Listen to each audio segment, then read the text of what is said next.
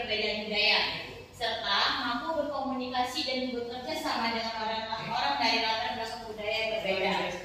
Yaitu seberapa banyak siswa tahu tentang budaya lain, bagaimana sikap mereka terhadap perbedaan, dan apakah mereka bisa bersikap terbuka, toleran, dan menghargai keberagaman. Tujuannya adalah untuk membantu siswa menjadi pribadi yang lebih peduli, terbuka, dan siap hidup di lingkungan masyarakat yang berbeda budaya. Oke, next. Nah, konsep intercultural learning assessment yaitu proses penilaian untuk mengukur hasil belajar siswa dalam konteks lintas budaya. Penilaian ini mencakup pengetahuan budaya, kemampuan refleksi, komunikasi antar budaya, dan sikap terhadap perbedaan. Asesmen ini bukan hanya alat ukur, tetapi juga bagian dari pembelajaran karena mendorong siswa lebih sadar akan pengalaman budayanya.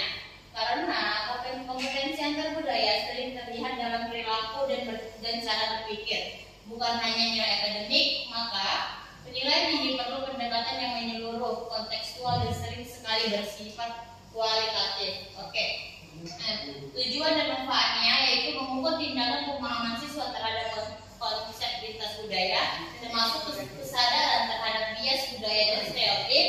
Yang kedua, menilai kemampuan komunikasi dan adaptasi siswa dalam lingkungan multikultural. Yang ketiga, memantau perkembangan sikap toleransi, empati, dan keterbukaan siswa terhadap keberagaman. Dan yang terakhir, memberikan umpan balik kepada pendidik untuk menyesuaikan pendekatan pembelajaran agar lebih inklusif.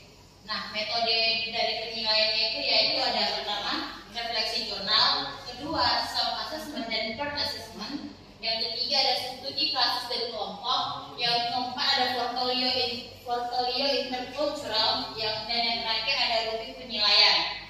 Next, tantangan dalam melakukan penilaian lintas budaya ini yaitu ada aspek yang dinilai bersifat subjektif.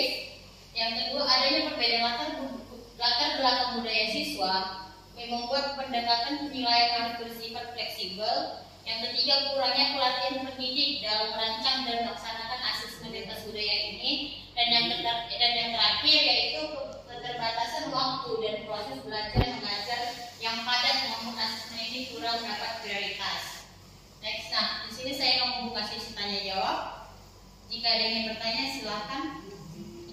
Oke, Cindy. Baiklah, saya Cynthia Cindy Nasution. Saya ingin bertanya tentang manfaat utama dari intercultural learning assessment bagi peserta didik. Oke, thank you Cindy. Oke, baiklah, berikan saya waktu untuk menjawab pertanyaan dari Cindy.